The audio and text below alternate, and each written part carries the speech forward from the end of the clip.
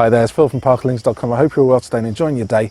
Now today's a great day for me because at long last I can be outside picking tomatoes. I've really been waiting a long time, but I've got to wait another day. Problem I've got is basically when I was asleep last night we had a sudden downpour of rain. It wasn't on the radar to be doing it, and unfortunately what that means, all that came down, all of the containers, the beds, they're taking all of this water in, they got flooded, and so unfortunately all that water goes into the plant that then goes into the flesh, and this problem is, for one, the flavour, so the tomato gets all watery.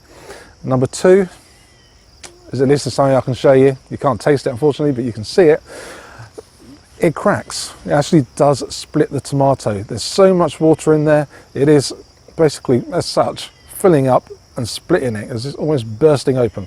I'm going to show you that now. I've got my Kellogg's breakfast here.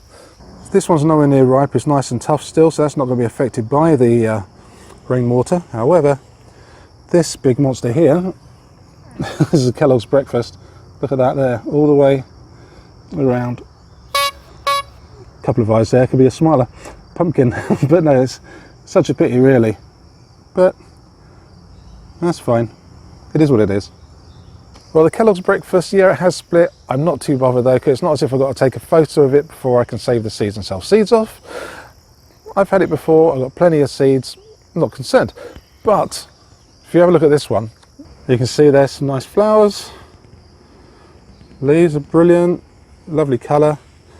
But we get down here, this is the only one that was actually growing on it properly, and look at that there. That's just split all the way through the bottom there, all the way up to there. And that's the big rainbow. Gorgeous colour, apart from that. So that was really a pity for me, because that was one of the ones that I did want to take a good photo of. It's the only one I've got which is actually anywhere near having any colour other than green. But you know, I can save the seeds from it still, and once one comes up again that's going to look good, I'll then take a photo of that one and just eat it or save some more seeds from it. Either way, I can't eat the seeds, so I'm not overly bothered about that. But one other big thing that can come from having too much moisture is if you're overwatering it, or if it's sitting in water for a long time, so it's almost flooding. Blight, it could be a major cause of blight, so just be careful with that. If it comes to overwatering it by yourself, obviously you can't do anything about the rain, just make sure that you can use like a drip irrigation system. You can put it on timer to have a certain amount of water coming through a certain period of time, and when you want it, so it could be 2 or 3 times a day. That's absolutely fine. That's what I've got mine on at the moment. When it's really hot, I turn it from 2 times a day to 3 or 4 at most, just so it makes sure it gets the right amount and doesn't dry out too much either, because too dry and too wet, they're as bad as each other. But that side's good. But here's one of the white cherries. So if I pick this,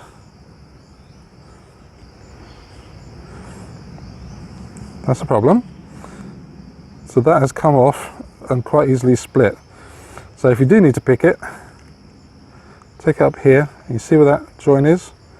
Fold it at the join, and that should snap off. Take the whole thing.